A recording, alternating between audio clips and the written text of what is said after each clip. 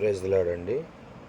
ఈరోజు బైబిల్ గ్రంథములో దేవాతి దేవుడు ఆనాటి కాలములో ఆదామును సృజించి ఆదాముతో దేవుడు గడుపుతున్న దినాలలో ఎప్పుడైతే ఆదాము తినకూడని నిషేధ ఫలాలు తిన్నాడో ఆదాముతోనూ మానవులతోనూ ఉండుట ఇష్టము లేని దేవాతి దేవుడు ఆయన సన్నిధి భూమి మీద చెడిపోయి ఉండుట వలన ఆయన మానవులకు తనకిష్టమైన వారికి కనబడి మాట్లాడి వెళుతున్నాడు. కానీ వారితో వారి మధ్య నివాసిగా ఉండుటకు ఇష్టపడని ఆ దేవాతి దేవుడు ఆదాముల కాలములో ఆయన భూమి మీద నివసించడానికి ఇష్టపడిన ఆ దేవాతి దేవుడు ఐగుప్తు దేశం నుండి ఇజ్రాయెల్ 30 లక్షల మంది ప్రయాణమై కానానికి వెళుతూ ఉన్నప్పుడు మోషే గారితో, మోషే, నేను మీ మధ్య నివాసై ఉండినట్లు నాకు నివాస స్థలాన్ని ఏర్పాటు చేయమని సీనాయి పర్వతం మీద ప్రభు మోషేతో అంటూ ఉంటే, అప్పుడు మోషే గారు, అయ్యా మరి దీన్ని ఎవరు చేయగలరంటే, మోషే, నేను తన పనిలో నిపుణత గల వారిని ఇద్దరిని ఎన్నుకున్నాను. వారు ఎవరంటే హూరు మనవడు ఊరు కుమారుడైన బెసలేలు మరియు అతనికి సహకారి అయిన అహోలియాబు. హల్లెలూయా. ఇది నిర్గమకాండం 31వ అధ్యాయం మొదటి 2 వచనాల్లో ఉంటుంది ప్రియులారా. అక్కడ బెసలేలు అహోలియాబు. ఈ బెసలేలు ఎవరంటే హూరు మనవడు. ఈ హూరు ఎవరని మనం ఆలోచన చేస్తే, ఇజ్రాయేలు అమాలేకీయులతో యుద్ధం చేస్తున్నప్పుడు మోషే గారు చేతులెత్తి ప్రార్థన చేసినప్పుడు ఇజ్రాయేలు గెలుస్తూ ఉన్నారు. చేతులు దించగానే అమాలేకీయులు గెలుస్తూ ఉంటే అప్పుడు అహరోను హూరు అని వారు ఏమి చేస్తారంటే మోషే గారిని ఒక స్తంభం మీద కూర్చోబెట్టి, రాతి స్తంభం మీద కూర్చోబెట్టి ఆ చేతిన ఒకరు ఈ చేతిన ఒకరు ఎత్తి ఇజ్రాయేలు అమోనీయుల మీద జయం పొందు వరకు కూడా అలాగే ఆ చేతి బరువును మోశారు. అంతేకాదు మోషే గారు దేవుని పర్వతం మీదకి వెళుతూ ఇజ్రాయేలు పెద్దలతో అంటారు, మీకు ఏదైనా సమస్య వస్తే అహరోను హూరుల దగ్గరికి వెళ్ళండి, వారు తీరుస్తారని చెప్పి ఇజ్రాయేల్ మీద ఏర్పాటు చేయబడిన పెద్దలకు కూడా వారిని న్యాయాధిపతులకు వేయించారు. అటువంటి భక్తి జీవితం ఉన్న హూరు యొక్క మనవడే ఈ బెసలేలు. బైబిల్ గ్రంథం మనం చూసినట్లయితే బెసలేలు అనగా అర్థం ఏమిటంటే దేవుని నీడలోనివాడు, దేవుని కాపుదలలోనివాడు. అహోలియాబు అనగా దేవుని గుడారం అని అర్థం. హల్లెలూయా. ఈ బెసలేలులో శ్రేష్టమైన లక్షణాలు దేవుడు చూచి అతన్ని ఎన్నుకున్నాడు. పిల్లారా, క్లుప్తంగా ఒక 7 నిమిషాల్లో దేవుని వాక్యం ధ్యానం చేద్దాం. మొట్టమొదటిగా దేవుడు కోరుకున్న బెసలేలు.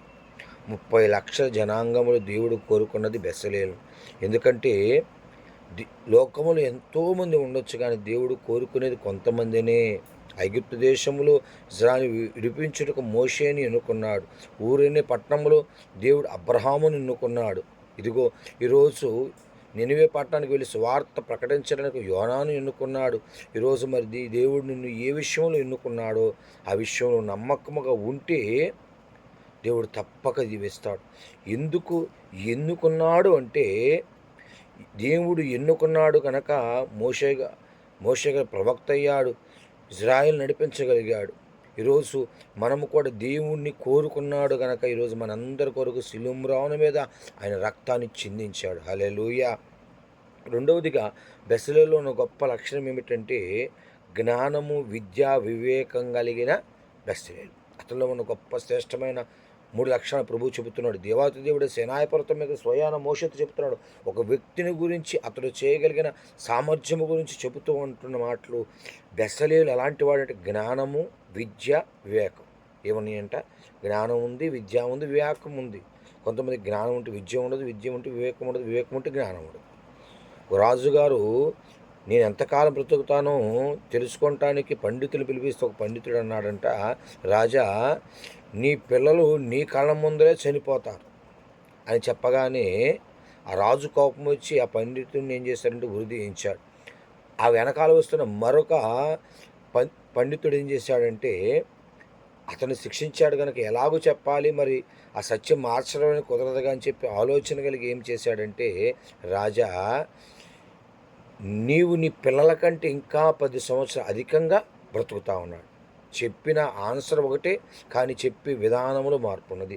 అందుకే ఎవరికైనా జ్ఞానం కొదువుగా నన్ను అడిగి పొందమన్నాడు. యెహోవా యందు భయభక్తులు కలిగి ఉండుటయే జ్ఞానానికి. అంటే ఈ బెస్సలేలు దేవుని యెడల భయభక్తులు కలిగిన బెస్సలేలు. ఎందుకంటే భయభక్తులు కలిగిన ఎందుకంటే అంటున్నామంటే, ఇజ్రాయేలు మాటి మాటికి దేవుని మీద తిరుగుబాటు చేస్తూ ఉన్న ఈ బెసలేలు, అహోలియాబు అనే వారు ఇరువురు కూడా దేవుని యెడల భయభక్తులు కలిగి ఉన్నారు పిల్లారా. అందుకే ఆదికాండం 41:39 అధ్యాయంలో 41:39 అధ్యాయంలో ఉంది, యోసేపును చూసి ఫరో నీ వంటి జ్ఞానం కలిగిన వాడు నా దేశంలో ఎవరు లేరు. బబులోను దేశంలో దానియేలు జ్ఞానాన్ని చూచి నెబుకద్నెజరు 120 మంది మీద అతని అధికారిగా నియమించాడు. ఇదిగో ఈరోజు నీ జ్ఞానము నీ వివేకం దేవుడిచ్చినవని చెప్పి, అందుకే సొలొమోను గారు, దేవా నీ ప్రజలను ఇజ్రాయేలు పరిపాలించే జ్ఞానాన్ని నాకు ఇవ్వు చాలన్నాడు. ఈరోజు జ్ఞానం ఉంటే, అందుకే వెండి బంగారముల కంటే జ్ఞానం ఎంతో శ్రేష్టమైనది. ఈరోజు మన జ్ఞానాన్ని సంపాదించుకుంటే దేవుడు కూడా మనల్ని ఎన్నుకుంటారు, కోరుకుంటాడు. మూడవదిగా బెస్సలేలు ఆత్మపూర్ణుడయ్యాడు. హల్లెలూయా. బైబిల్ గ్రంథములో దేవుని ఆత్మచేత నింపబడిన వారిలో మొట్టమొదటి వ్యక్తి బెస్సలేలు. అప్పుడు దాకా దేవుడు ఎడమగా ఉండి మాట్లాడుతున్నాడు తప్ప ఎవరిలో దేవుని ఆత్మ అనేది నివసించలా. మొట్టమొదటిగా బైబిల్ గ్రంథములో దేవుని ఆత్మచేత నింపబడిన వాడు బెస్సలేలు. హల్లెలూయా. అంత్యదినమునందు అనేక మందిని ఆత్మను కుమ్మరిస్తానంటున్నాడు ప్రభువారు. సంసోను మీద దేవుని ఆత్మ ఎప్పుడైతే దిగివచ్చిందో, ఫిలిప్తీ సర్దారు 1000 మందిని పచ్చి గాడిద దవడ చేత చంపివేశాడు పిల్లారా. బొబ్బరించుకొస్తున్న కొదమ సింహమును చీల్చివేశాడు. ఎప్పుడైతే యెఫ్తా మీదకి దేవుని ఆత్మ వచ్చిందో, యుద్ధములో యెఫ్తా జయాన్ని పొందాడు. న్యాయాధిపతుల గ్రంథము 11:29 యెఫ్తా మీద దేవుని ఆత్మ వచ్చినట్టు రాయబడింది. అదేవిధంగా యేసయ్య మీద కూడా ఆయన బాప్తీసం యోహాను గారి దగ్గర ఎప్పుడైతే బాప్తీసం తీసుకుని ఆయన ఒడ్డుకు వస్తూ ఉన్నాడు, దేవుని స్వరం ఆకాశం నుండి పావురము ఆత్మరూపముగా ఆయన మీదకి దిగి వచ్చింది. మత్తయి సువార్త 3:16 మనం చూస్తున్నాం పిల్లారా. ఇదిగో ఈరోజు మనము కూడా దేవుడు ఆత్మ దయచేస్తాడు. ఏలియా గారిని వెంబడించిన ఎలీషా గారు 12 సంవత్సరాలు వెంబడించాడు. ఎలీషా గారు 120 ఎకరాల ఆసామి, 12 అరకలు కలిగిన వ్యక్తి, గొప్ప ధనవంతుడు. అటువంటి వ్యక్తి ఎప్పుడైతే ఏలియా గారు పిలిచారు, సమస్తాన్ని విడిచిపెట్టి ఎప్పుడైతే ఏలియా గారు వెంబడిస్తున్నారు, ఎలీషా గారు అడుగుతారు, అయ్యా నువ్వు వెళుతున్నావు మరి దేవుని పని చేయడానికి, నాకు ఆత్మ కావాలంటే ఏలియా గారు అంటారు, అయ్యా నువ్వు అడిగేది చాలా కష్టతరంగా ఉంది కనుక అది కుదరదంటే, అయ్యా నాకు సహాయం చేయమని అడిగితే అప్పుడు ఏలియా గారు అంటారు, నేను అగ్ని రథము ఎక్కుతూ ఉన్నప్పుడు నువ్వు నన్ను చూడగలిగితే తప్పగా నీవు ఆత్మను పొందుకుంటావని. కానీ ఎప్పుడైతే ఏలియా గారు అగ్ని రథం ఎక్కి వెళుతూ ఉన్నారో అప్పుడు ఎలీషా గారు అంటారు, అబ్రహాము దేవా, ఇస్సాకు దేవా, ఇజ్రాయేలు సైన్యపు రౌతువు నీవేని కేక వేస్తే ఏలియా గారు తన మీద ఉన్న పైన దుప్పటిని తీసి వీగా ఎలీషా గారి మీద ఎప్పుడైతే పడిందో, ఏలియా గారు 7 కార్యాలు చేస్తే ఎలీషా గారు 14 కార్యాలు చేశారు. సంఘము ఎప్పుడైతే దైవజన ఆత్మచేత నింపబడతారో సంఘము కూడా ఇంకా ఫలభరితంగా అభివృద్ధి చెందుతుంది పిల్లలు. అందుకే సంఘములో ఈరోజు ఎవరైతే ఆత్మను కోరుకుంటారో, 120 మంది మేడగదులు ఆత్మను కోరుకున్నారు. ఆత్మ అగ్ని రూపం వారి మెచ్చుకు దిగిరాగా పెంతుకోస్తున్న పేదరు గారు వెలవేగం 3,000 మంది పట్టబడ్డారు. నా ఆత్మ లేనివాడు నా వాడు కాడు. బైబిల్ గ్రంథం మొట్టమొదటిగా దేవుని ఆత్మచేత నింపబడినవాడు బెస్సలేలు. 4వదిగా దేవుని పనుల్లో నిపుణత కలిగిన వాడు, పనిలో నైపుణ్యం కలిగిన వాడు బెస్సలేలు. అందుకే సామెత గ్రంథం 22:29 తన పనిలో నిపుణత కలిగిన వారిని ఎరుగుదవా, వారు అల్పులు ఎదుట కాదు కానీ రాజులు ఎదుట నిలబెడతా అంటున్నాడు. హల్లెలూయా. బైబిల్ గ్రంథంలో హీరామ్ అనే ఒక వ్యక్తి, నఫ్తాలి గోత్రికుడు, అతడు ఒక విధవరాలి కుమారుడు అంట. అతడు ఎంతో తన పనిలో నైపుణ్యం కలిగిన వాడు. సొలొమోను గారు పిలిపించి తన రాజనగరును 11 సంవత్సరాలు ఎంతో చక్కగా వైభవంగా కట్టించుకున్నాడు. అతని చేత 7 సంవత్సరాలు శృంగారమైన దేవాలయాన్ని కట్టాడు. 11 సంవత్సరాలు ఆ సొలొమోను గారు నగరమును కట్టాడు. ఎందుకంటే అతడు విధవరాలి కుమారుడే, కానీ అతడు రాజులు ఎదుట నిలబడ్డాడు. ఈరోజు నీవు కూడా నీ పనిలో నిపుణత కలిగి ఉంటే, నైపుణ్యం కలిగి ఉంటే తప్పగా మనము నిలబడేది రాజులు ఎదుటే, అల్పులు ఎదుట మాత్రము కాదు. అందుకే ఈరోజు నిపుణత, పాటలు పాడటంలో నిపుణత, ప్రార్థన చేయటంలో, అందుకే ఎలాగూ అడగాలో తెలుసుకోవాలి.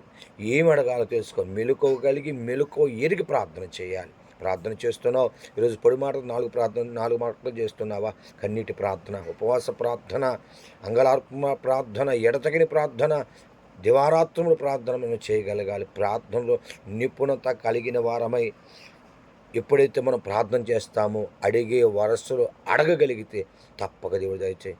అబ్రహాము అడగటం కుదిరింది కనుక సొదొమ గొమొర్రా పట్టణాన్ని తన సహోదరుడైన లోతు కుటుంబాన్ని రక్షించుకున్నాడు. హిజ్కియాకు అడగటం కుదిరింది కనుక 15 సంవత్సరాలు ఆయుష్ పడుకుని మగ్ధనే మరి అడగటం కుదిరింది కనుక తన సమాధులు మరలా ప్రభువుని తిరిగి రప్పించింది.